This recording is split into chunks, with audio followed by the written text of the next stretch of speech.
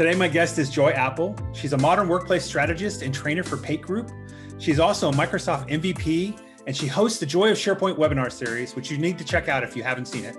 And she's a speaker at a multitude of opportunities at community events and Microsoft events. So Joy, just thank you so much for joining me today.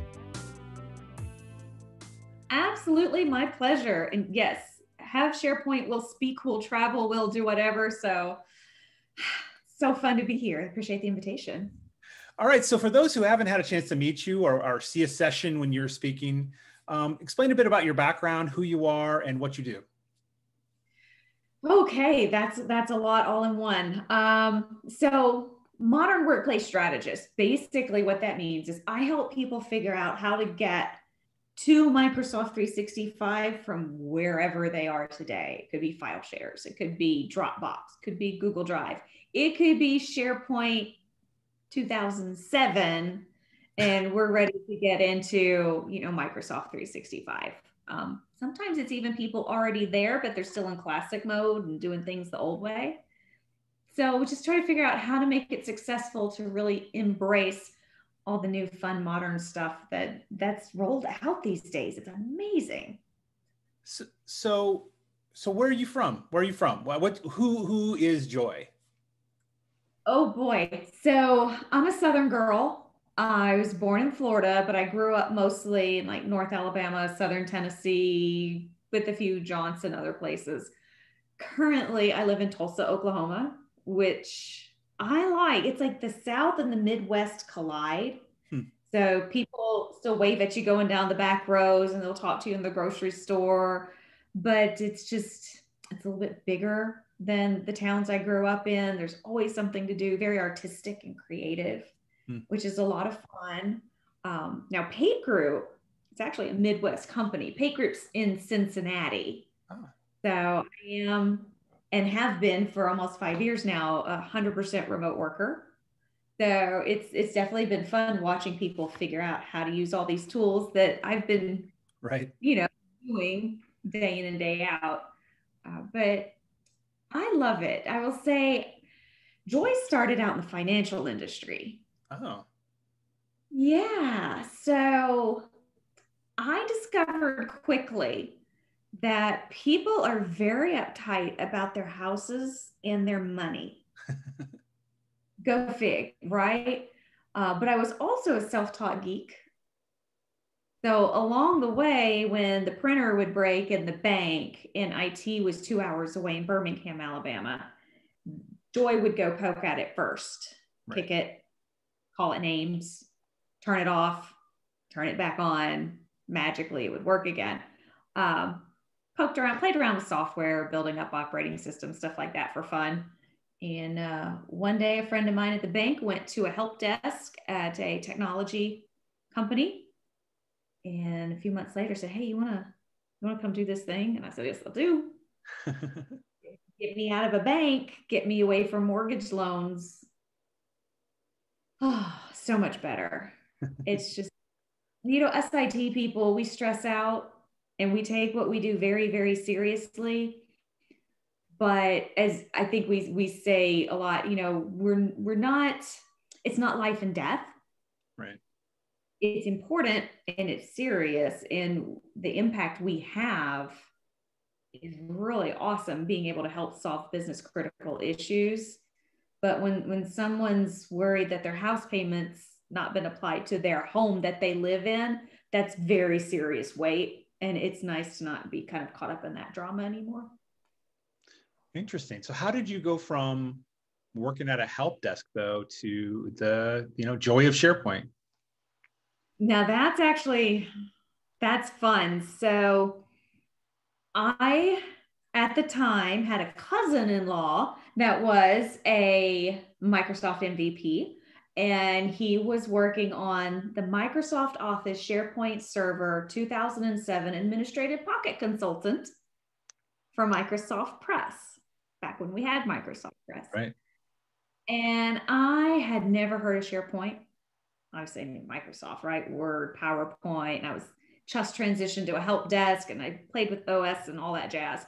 But he came to me and he said, can you edit this? Right.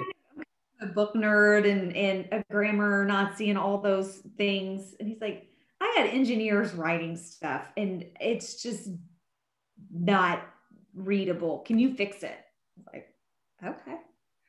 So I did. I'd sit and I'd go through stuff and I would cross it out. I would put in punctuation, make complete sentences, and some of it I'd go back and okay, Ben, I don't really know what this sentence means. If it's supposed to be this, this, and this, then this is how it needs to be written. But if it means this, maybe. And my payment for doing that is I got sent to MindSharp SharePoint training. Then I was able to go back to my help desk boss and say, I know SharePoint. Can I be the IT department's site collection administrator? I promise if I break it, I'll fix it. He said, deal. 2 years later, I was the server admin. Yeah. Wow. That's interesting. So out of left field, you just get asked to edit a book and that kicks off this entire career for you at this point. So, and who would have thought that Huntsville, Alabama was where the bulk of that first, the Moss book, the Admin Pocket Consultant. It's actually a lot of that was written in my basement. So that's kind of fun. It was an interesting time. I did not write any of those chapters, but I touched a lot of them and fixed them and made them readable. And I was just like, oh, this is so cool. Oh, this is really cool. And it just, I fell into it. And I think a lot of us did. I don't know. I know one person, Ashley Rogers. She actually said, I did want to do SharePoint when I grew up. She's the only person I've ever known that said that. But she grew up watching a parent do SharePoint. So that makes sense. So from that, I mean, so you got started, you started doing SharePoint administration. Then what prompted you to do the webinar series? That was several years later. So I learned being a farm admin that I need human interaction, not just the machines. Mm-hmm. And so I was at Teledyne Brown Engineering at the time. And my IT department, we were great. It's a great team. And the leadership there is always so supportive of helping you get to the next step. So I started doing internal training because that was a company like so many that SharePoint was there and they just looked at their business users and said, catch, boom, right, threw it. Because we didn't know what to do with it. They didn't know what to do with it when it came in, and the business users, they don't know what to do with it. So they either treated it like an online file share or they ignored it. That's typically where that divide is. So I started going and teaching these teams how to use it, how to make the most of it and do a little internal training. And I discovered that I loved training, loved it. So I pursued the path to training for a while. Went to MindSharp and was a full-time SharePoint trainer. I mean, it's not even work. It's just so fun. Right. And you know how the world goes. I think in IT especially, we move around a lot in the IT world. But career paths, I went into consulting because when you start teaching and you're really digging into it, they go, okay, teacher, so you told us this. Well, we have this thing we're trying to do. Can you help us figure out how to do it? And that turns into consulting very quickly. So, time goes on, teaching, consulting, doing all of that. In the process, moved out to Tulsa, Oklahoma, kind of went through a Joy 2.0 life situation, was working as a consultant up in Bartlesville, Oklahoma. And they did a thing called SBAN, SharePoint Business Administrators Network. Once a quarter. They'd spin up a video call. It was Skype at that point. Back in the day, we used Live Meeting. Anyone remember Live Meeting? I remember Live Meeting. Ooh, rough. But we would have topics and we would do a presentation.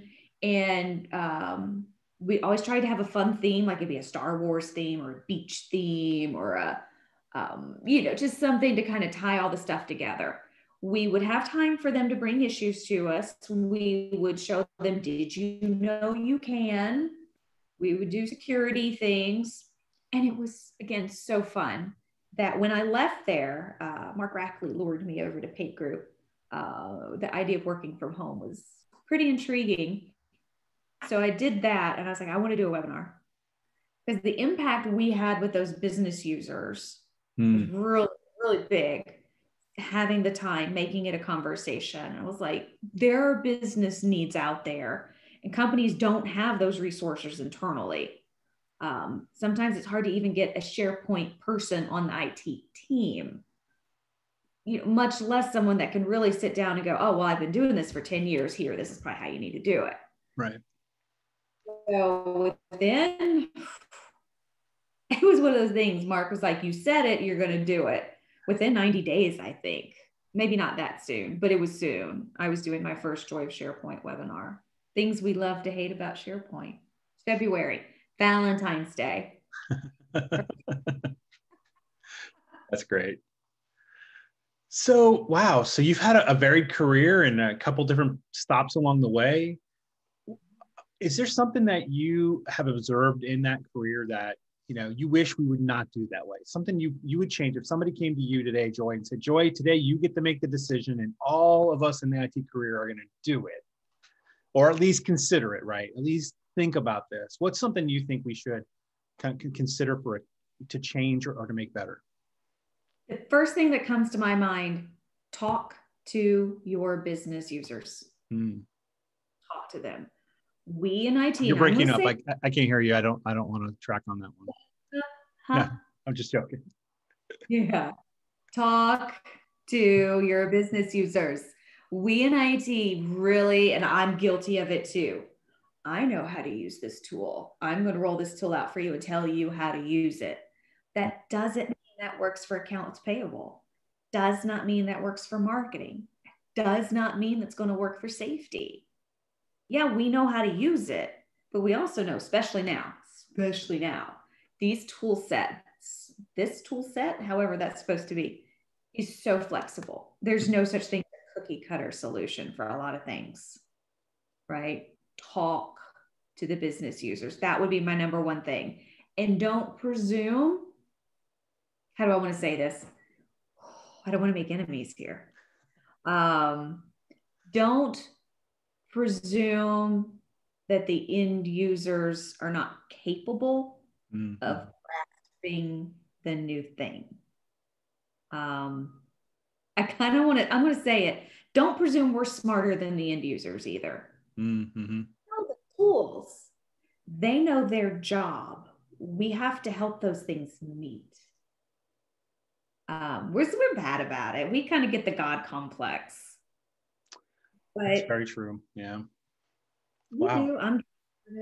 But that would be my primary thing. And so many times, and I might be talking with a champion on a business facing team. It might be HR and corporate communications and IT coming together to roll out a new intranet. Oh, we can't change how they do things. They could never, they'd freak out. They'd never figure it out. It'd be too hard. Stop selling your business users short, right? They were hired because they were competent, capable, and intelligent. People don't get hired because they're clueless. That's true. I have strong feelings about that. Can you tell? I can tell. And that's good though. That's good because that means you're helping make the change already. But it's something the rest of us need to really evaluate as we, provide tools or solutions to our businesses. Yeah, it definitely, if you don't bridge that gap in communication, then how can we truly plan for success? Because we don't know what our internal customers' definition of success is. We don't have that conversation. And there are these weird people in IT like me that would love to go have that conversation. So, if that's not you, Jeremy, that says, yes, I'll go talk to every business group, find a friend. Right? It's dangerous to go alone. Friend, have the conversation. Send a friend. That's right. That's great. So where do you see yourself headed now? You've been at Pate Group for a while. What's next for Joy? I am definitely Team Pate because they let me do ridiculous things. I once did a whole webinar that was about, well, at the time it was still Office 365 groups, but I did it right before Star Wars Day. And I did the crawler and the text and the music, and I put it all about how groups are the force that bind Microsoft 365 together. I got to do that, man. That's awesome. It's ridiculous. I get to do marketing stuff. I get to have these wonderful conversations and train. Oh, it's just the best. For me personally, okay, COVID, you got to get out of here because I am ready to find, and we were talking about this before we started recording, speaking places, really being there, not just recording and being virtually. I'm so ready. So that is on my radar. Branson's coming up August 9 through 11. I can't wait to be there. I see the user experience being something big for this space. I think, every cloud has the silver lining. We've seen a lot of silver linings come out of the last year and a half, along with a lot of clouds for sure. But I think technology is finally ready to acknowledge the importance of the user experience. Mm-hmm. And that's going to be different. That's going to be a little bit different. And most of us know we don't just put out technology because it's technology. We want it to be useful most of the time. Now, if it's just really freaking cool, then sometimes, yeah. Sometimes, yeah, it's shiny. But I see Viva really being a gateway for a lot of things. And I could see a lot of really awesome custom applications coming into Teams with Viva and connections. It's great. I'm excited about that. Fantastic. Well, Joy, I want to thank you for coming on my podcast today. This was a really fun conversation, and it's good to get to hear more about you and your background. And I look forward to future conversations with you. Well, thank you so much. My pleasure. Thank you for having me.